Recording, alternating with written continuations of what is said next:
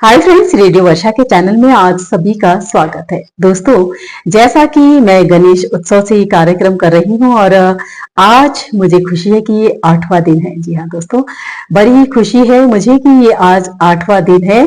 अभी 2 दिन और बाकी है गणेश विसर्जन को। तो मुझे भी बहुत लगन लग गई है गणेश जी की अर्चना की, पूजा की और वार्ता करने की। मुझे लगता है कि गणेश जी के इस कार्यक्रम की मैं जरा सी भी हिस्सेदार हुई हूँ, तो गणेश जी का आशीर्वाद मुझे मिले और गणेश जी की कृपा से मैं ये कार्यक्रम कर भी पा रही हूँ और गणेश जी को वंदन करते हुए फिर से शुरू करती हूँ। जैसा कि आज संडे था दोस्तों, तो संडे को हम लोग थोड़े आलसी हो ही जाते हैं, लगता है कि पड़े रहो। लेकिन फिर याद आया कि संडे यानी सूरज का भी दिन है और सूरज हमेशा नियमित रूप से अपने कार्य को करते हैं, उगते ही हैं। ऐसा कभी सुना है कि रात के अंधेरे में सुबह ना होने दी हो और सूरज ना निकला हो? तो उसी तरह से मैं भी उठ खड़ी और अपने कार्यक्रम की ओर मैंने आगे अग्रसर यानी आगे बढ़ी।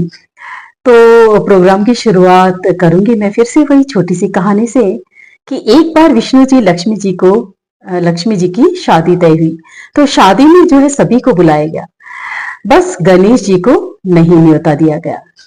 तो पता चला कि गणेश जी जो है बहुत ज्यादा खाते हैं, तो इसीलिए उनको नहीं बुलाया गया। कल को वहां कोई चीज की कमी ना पड़ जाए। तो होता क्या है कि गणेश जी घर पर होते हैं और नारद जी अचानक आ जाते हैं। नारद जी भी एक तरह से प्रतीक है कि वो कुछ ना कुछ कहते ही आके। तो नारद जी जैसे ही आते हैं, नारायण नारायण, तो गणेश जी को कहते हैं, अरे गणेश, तुम आज शादी में नहीं गए? क्या हुआ, तुम्हें कोई लेके नहीं गया? तो गणेश जी कहते, नहीं मुझे तो न्योता ही नहीं मिला। तो बोले ऐसा तो नहीं है, पूरे सारे जो है सारे देवतागण को न्योता मिला है, तो आप सिर्फ आपको ही न्योता नहीं दिया गया। ये तो बहुत गलत बात है।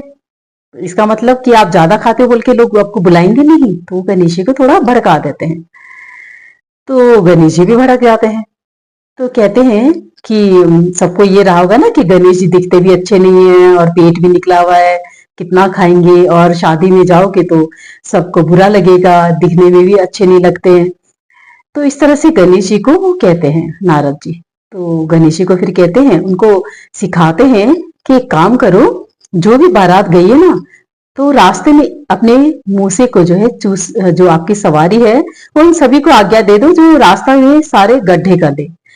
तो मूसक को आज्ञा दे दी गई कि जो भी बाराती जा रहे हैं जहां से भी रास्ते से, वहां गड्ढे कर दिए जाए। ठीक है, ऐसा ही हुआ। तो जो चूहों ने सारे रास्ते में गड्ढा कर दिया। अब जो बाराती जा रहे थे तो गाड़ी जो है, गाड़ी के पहिए तो रास्ते में धंसने लग गए और गाड़ी आगे नहीं जा पाई। तो आगे नहीं जा पाई तो गाड़ियां वहीं खड़ी हो गई। फिर क्या हुआ कि बहुत मुश्किल से खोज करके एक किसान को बुलाया गया, जिसे जो है रथ के पहिए को ढकेलने को कहा गया। तो किसान जैसे ही आया और उसने रथ के पहिए को ढकेलते हुए कहा, जय गणेश महाराज, और वो पहिया आगे की ओर बढ़ गया। तो बाराती लोग पूछे, अरे आपने गणेश जी का नाम क्यों लिया? तो किसान ने कहा कि गणेश जी के नाम बिना तो कोई भी कार्य संभव ही नहीं, और उनके कार्य के बिना तो कोई कार्य ठीक से पूरा हो ही नहीं पाता। तो सबको रियलाइज हुआ कि हमने तो साक्षात गणेश जी को घर पर ही छोड़ दिया। अब सारे फटाफट सबने गणेश जी को खबर की और उनको खबर की कि वो तुरंत आए शादी में चलने के लिए। फिर गणेश जी को लाया गया और गणेश जी पहले तो गणेश जी ने काफी बुरा भला सभी को कहा, फिर आखिर में गणेश जी मान गए और फिर वो शादी में चले गए। तो दोस्तों, इससे हमें ये भी शिक्षा मिलती है कि छोटी छोटी बातों को दिल पर ना ले। और आजकल हो क्या गया है कि छोटी छोटी बातें हम लोग दिल में रखते हैं और रिश्ते नाते बिगड़ जाते हैं।